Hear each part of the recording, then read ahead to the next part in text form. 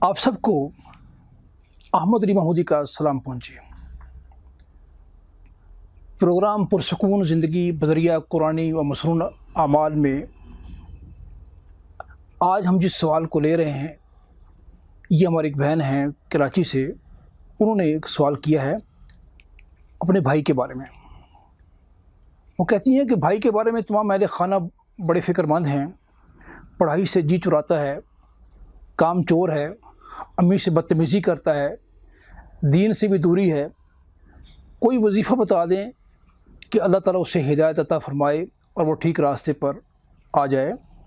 دوستوں کو ہی سب کچھ سمجھتا ہے، اس کی وجہ سے کافی پریشانی ہے، آپ سے دعا کی بھی درخواست ہے۔ میری بہن، نوجوانوں کے حوالے سے یہ شکایت اب عام ہوتی جا رہی ہے۔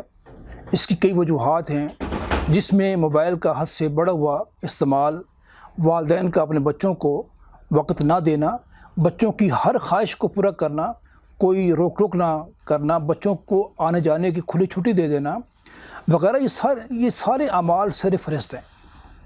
ان معاملات کو شروع ہی میں کنٹرول کر لیا جائے تو بآسانی کنٹرول ہو جاتے ہیں، مگر بعد میں حد سے بڑے معاملات کو کنٹرول کرنا انتہائی مشکل اور پیچیدہ عمل ہے۔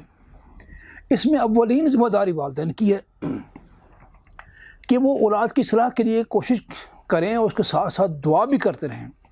تربیت و اصلاح کے لیے قرآنی دعا کا اہتمام انتہائی ضروری ہے۔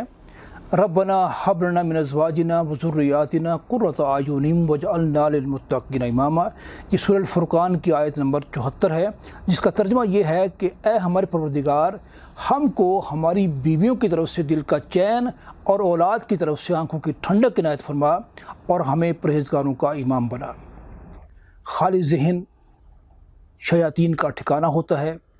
آپ اپنے والدین کو توجہ دلائیں کہ اسے تعلیم یا کسی ہنر کی تربیت میں مصروف کر دیں۔